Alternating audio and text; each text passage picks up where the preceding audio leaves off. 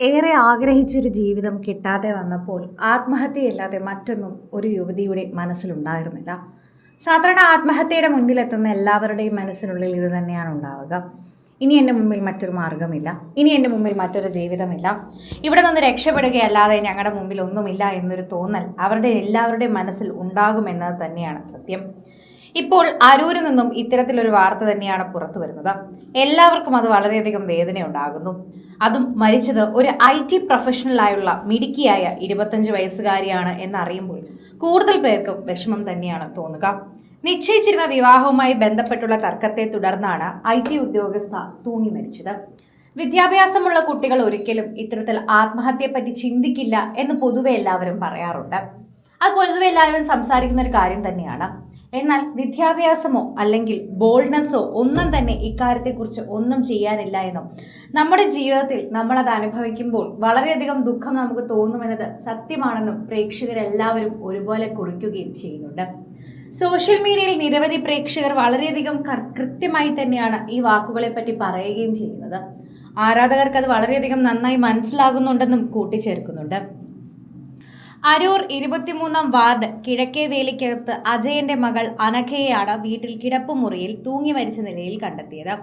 വ്യാഴാഴ്ച പുലർച്ചെ ബന്ധുക്കൾ തന്നെയാണ് മൃതദേഹം കണ്ടെത്തിയതെന്ന് പറയാം.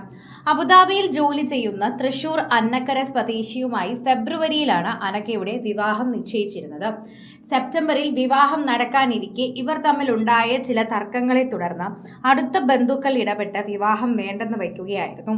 ഇതിൽ കാര്യങ്ങൾ അമിതമായി സംസാരിക്കാതിരിക്കാൻ വീട്ടുകാരറിയാതെ ചൊവ്വാഴ്ച അനഘ അബുദാബിയിലെത്തി പ്രതിഷ്ഠിത വരനെ കണ്ടു. ഈ വിവരം വരന്റെ ബന്ധുക്കൾ പറഞ്ഞാണ് അനഘയുടെ വീട്ടുകാർ പോലും അറിഞ്ഞത്. ഇരു കൂട്ടുകാരും ആവശ്യപ്പെട്ടതിനെ തുടർന്ന് അനഘയും യുവാവും ബുധനാഴ്ച തിരികെ നാട്ടിലെത്തി. തുടർന്ന് വീട്ടുകാർക്കൊപ്പം സ്വന്തം വീട്ടിലേക്ക് വന്ന യുവതി രാത്രിയോടെ ആത്മഹത്യ ചെയ്യുകയായിരുന്നു. ഇതാണ് പറയുന്നത്, ഇതാണ് നിഗമനം.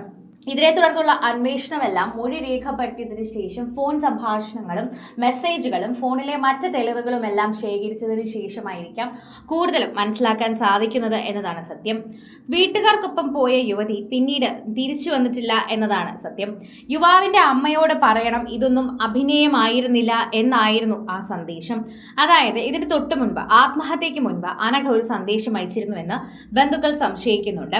കൂടാതെ അനഘ സ്വന്തം അമ്മയുടെ ഫോണിലേക്കും സന്ദേശം അയച്ചിരുന്നു. യുവാവിന്റെ അമ്മയോട് പറയണം ഇതൊന്നും അഭിനയമായിരുന്നില്ല എന്നതും വരനും വരന്റെ അമ്മയുമാണ് അനഘയുടെ മരണത്തിന് കാരണക്കാരെന്ന് അടുത്ത ബന്ധുക്കൾ ആരോപിക്കുന്നുണ്ട്. എന്തൊക്കെയോ അനഘയുടെ മരണകാരണത്തിന് മാത്രമായി മാറുന്നുണ്ട് എന്നും അത് ഇതുവരെ കണ്ടുപിടിച്ചിട്ടില്ല എന്നുമാണ് പറയുന്നത്. കുടുംബത്തിനോടൊപ്പം പോയതിനു ശേഷമാണ് അനഘ ആത്മഹത്യ ചെയ്തതെന്നും അതുകൊണ്ട് ചെറുക്കന്റെ വീട്ടുകാരെ കുറ്റം പറയാൻ സാധിക്കില്ല എന്ന് ഒരു പക്ഷം ആൾക്കാർ തന്നെ എടുക്കുന്നുണ്ട്. എന്നാൽ ഞങ്ങളുടെ മകളെ ഞങ്ങൾ എന്ത് ചെയ്യാനാണ് എന്നാണ് അവർ ചോദിക്കുന്നത്. കൃത്യമായ കാര്യങ്ങൾ തന്നെ സോഷ്യൽ മീഡിയയിൽ ചർച്ച ചെയ്യാതെ മാറുന്നില്ല എന്നതുകൂടി സത്യമായി നിൽക്കുന്നു. ഇത് തന്നെയാണ് ചർച്ച ചെയ്യപ്പെടുന്നത്.